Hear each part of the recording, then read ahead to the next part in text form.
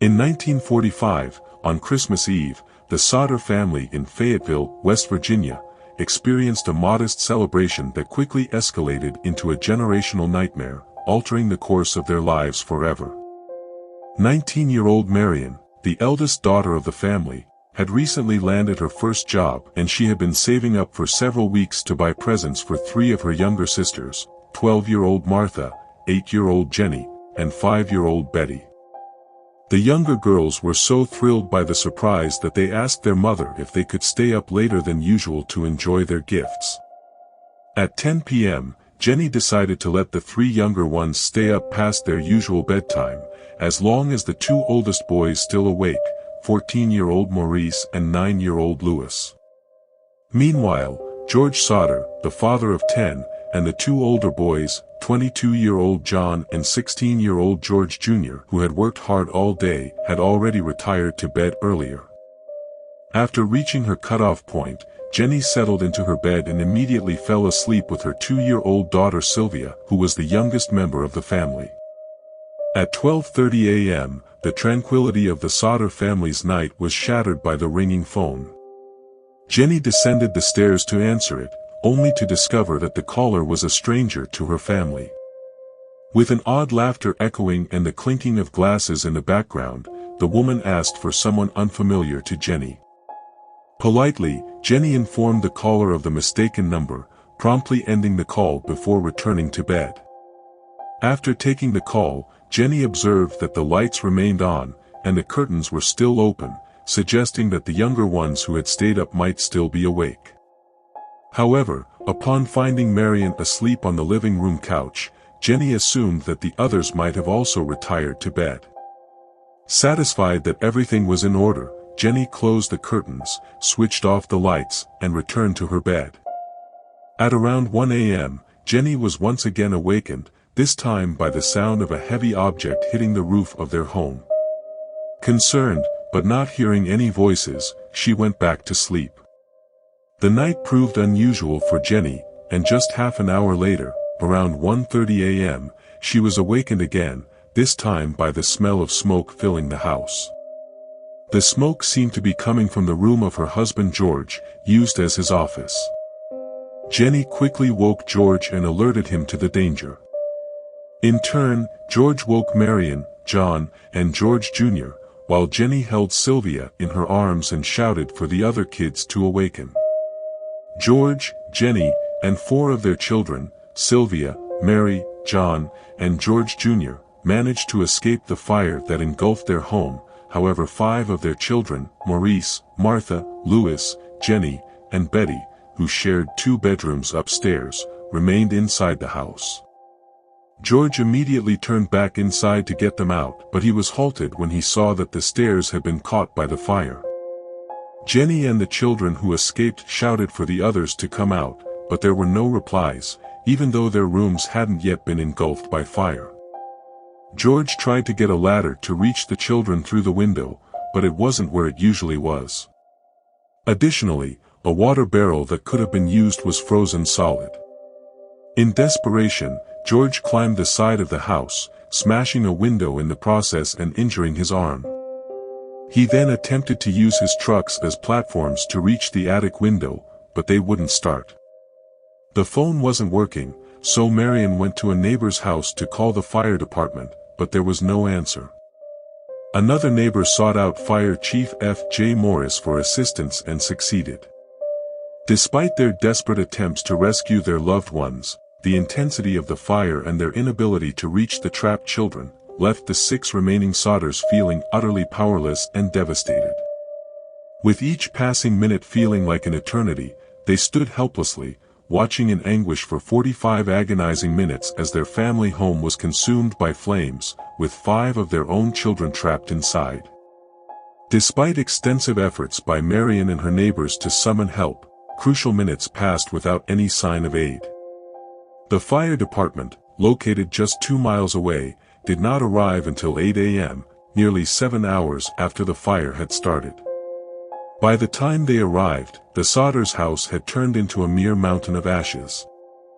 Firefighters, including one of Jenny's brothers, rushed to the scene to look for bodily remains, and by 10 a.m., Fire Chief F.J. Morris delivered the grim news to the Sodders that no bones were found in the ashes.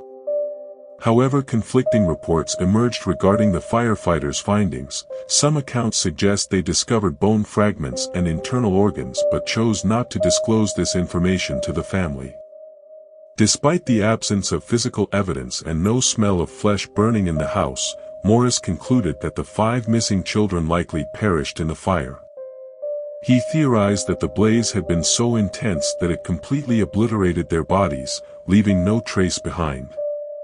While his theory appeared plausible initially, it's crucial to recognize that bones are usually left behind in fragmented form rather than being completely incinerated after burning in fire.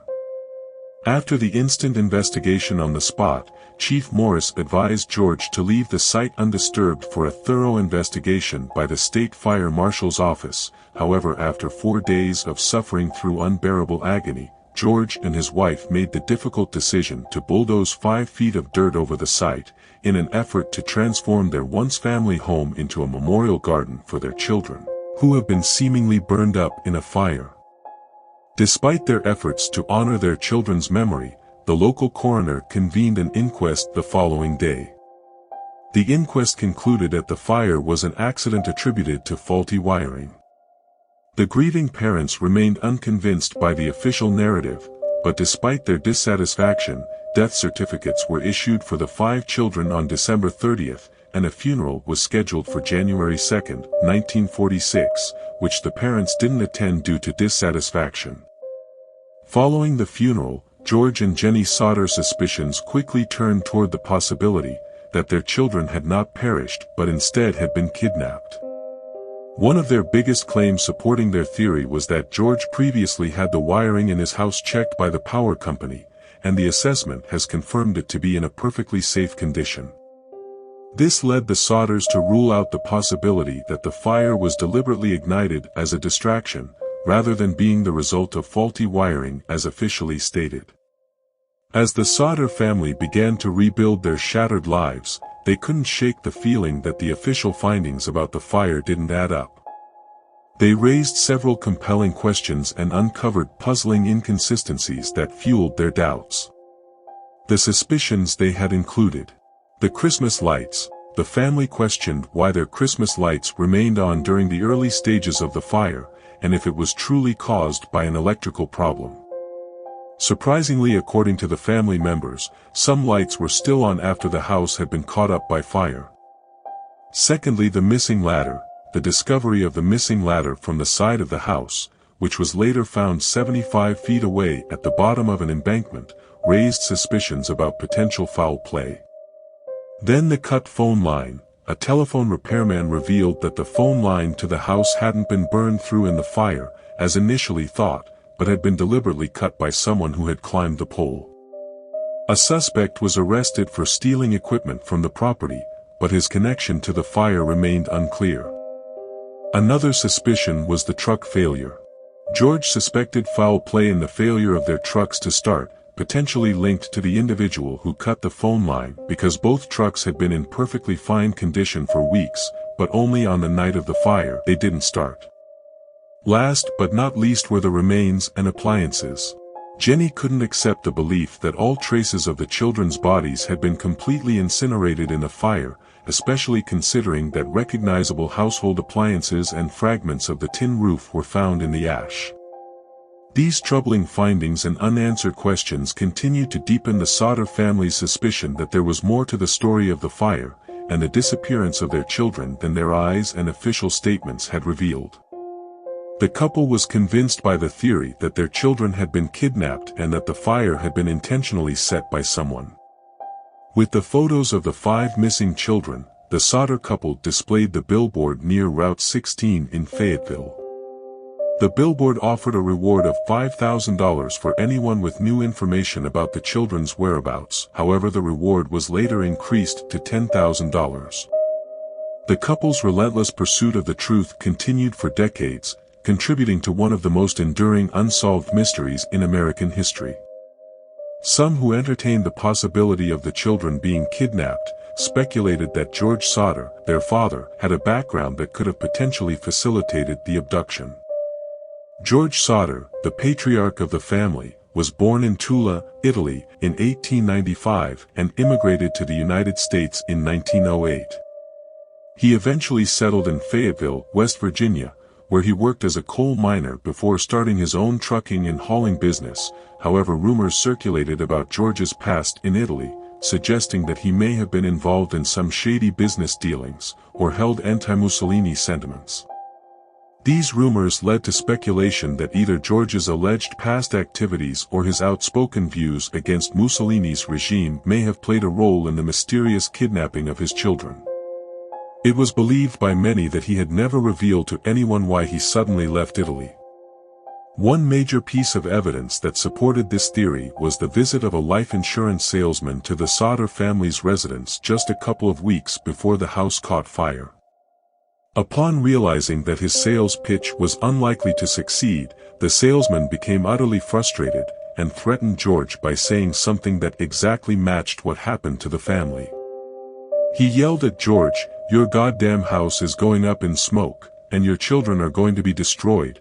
You're going to be paid for the dirty remarks you have been making about Mussolini." Until now, the Sodders had hired a private investigator named C.C. Tinsley because the FBI refused to take their case.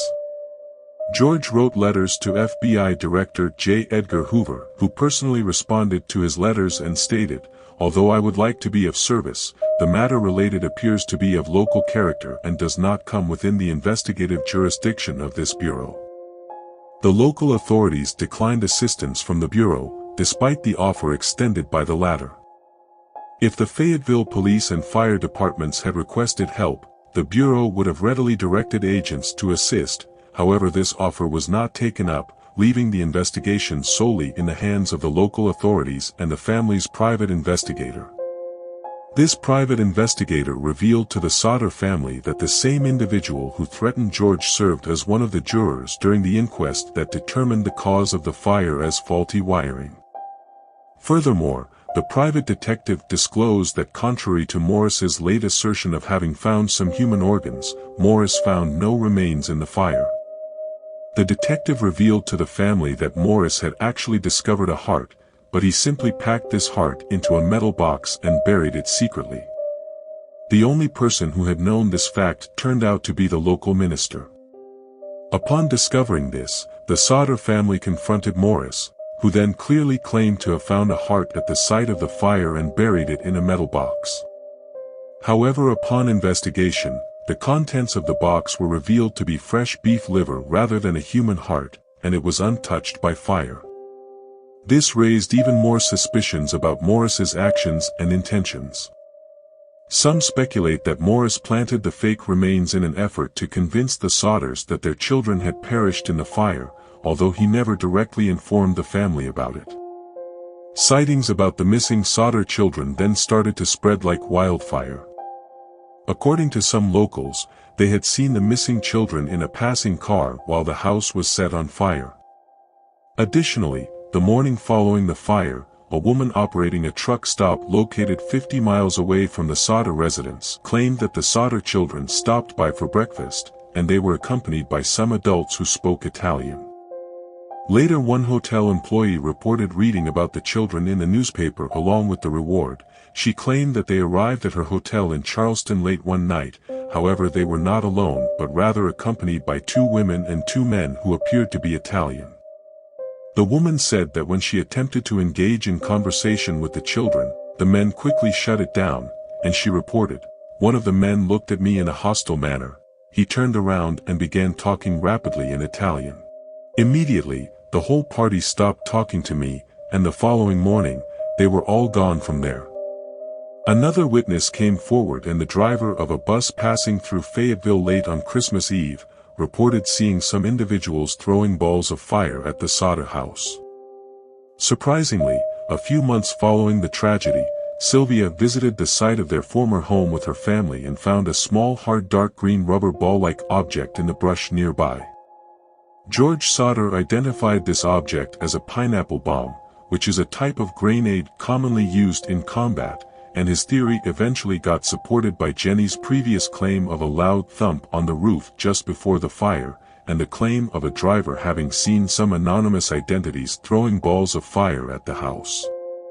A few days into the inquest, one man walking by the Sodders residence on Christmas Eve reported seeing a man carrying a block and tackle pulley system in the vicinity on the night of the fire. This equipment is typically used for removing engines from cars, which would explain why both of George's trucks didn't start at night when their house had been caught up by fire, despite working efficiently the past day. However, despite the witness's account and the subsequent arrest and questioning of the individual, authorities were unable to establish a direct connection between him and the scene of the fire.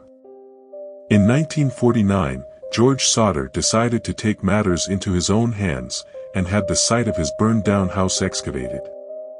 During this excavation, he found a human vertebra buried in the soil, and the vertebrae were identified as belonging to the same person. According to the report by Marshall T. Newman, a specialist at the Smithsonian Institution, the fusion of the transverse recesses indicated that the individual had likely reached the age of 16 or 17 at the time of death, and suggested that the upper limit of the age range was approximately 22 years.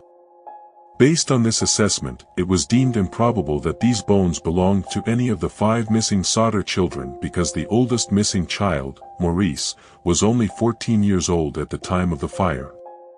Also, it was challenging to conclusively prove that these bones were indeed present at the site, immediately after the fire.